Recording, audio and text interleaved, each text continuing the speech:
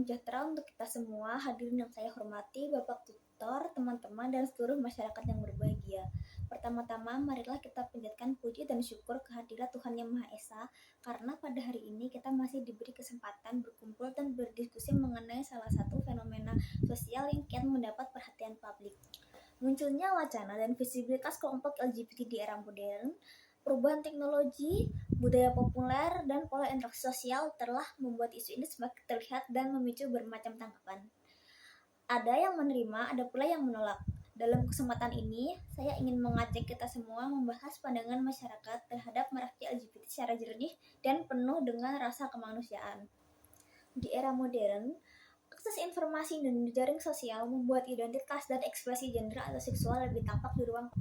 Di beberapa tempat, hal ini memunculkan ruang advokasi dan perayaan identitas. Di tempat lain, memicu penolakan, perdebatan hukum, dan ketegangan sosial. Ringkasnya, fenomena ini tidak sekedar persoalan individu, tetapi menyentuh nilai budaya, agama, hukum, dan hak asasi manusia.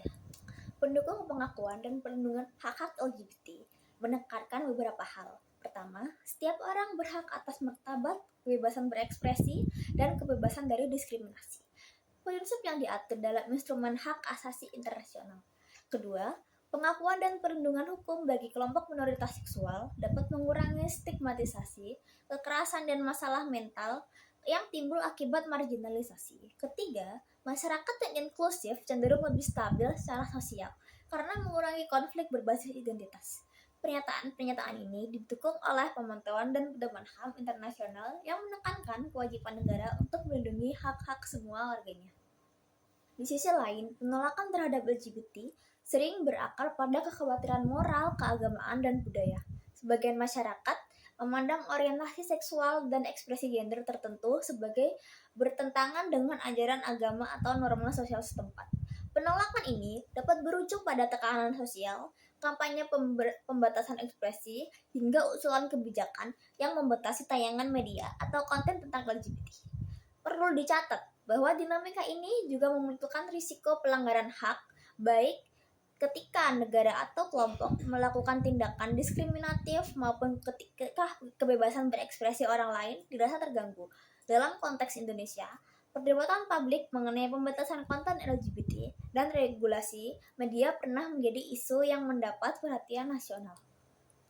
Pandangan agama terhadap LGBT beragam. Banyak otoritas keagamaan tradisional, termasuk sejumlah ormas Islam besar di Indonesia, menyatakan bahwa hubungan di luar norma ajaran agama adalah masalah moral yang harus diluruskan melalui dakwah, pendidikan, atau pendekatan sosial. Beberapa organisasi bahkan mengeluarkan pernyataan resmi menolak praktik atau promosi LGBT. Di sisi lain, ada pula tokoh agama dan komunitas iman yang menekankan pentingnya kasih, non-diskriminasi, dan dialog, menolak kekerasan sekaligus mencari cara membangun keharmonisan sosial. Perbedaan ini menuntut kita untuk menempatkan dialog antara pemuka agama dan masyarakat sebagai prioritas demi meredam polarisasi.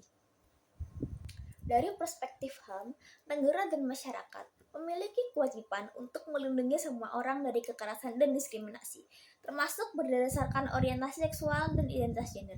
Instrumen internasional serta Badan HAM PBB menekankan perlindungan kebebasan berekspresi, berkumpul, dan kebebasan dari diskriminasi. Namun, praktik di lapangan seringkali menunjukkan ketegangan antara norma lokal dan kewajiban internasional tersebut, sehingga membutuhkan pendekatan yang peka konteks untuk memastikan kebebasan dan perlindungan berjalan seimbang. Kebebasan berekspresi adalah pilar demokrasi. Komunitas LGBT berhak menyuarakan identitas dan pengalaman mereka. Namun, kebebasan ini bukan mutlak. Baik hukum nasional maupun prinsip internasional memperbolehkan pembatasan yang sah untuk melindungi ketertiban umum, moral publik, atau hak orang lain. Sepanjang pembatasan itu proporsional dan tidak diskriminatif. Tantangan praktisnya adalah memastikan bahwa pembatasan yang ditetapkan tidak menjadi alat untuk menekan hak atau dasar mendorong kekerasan terhadap kelompok tertentu.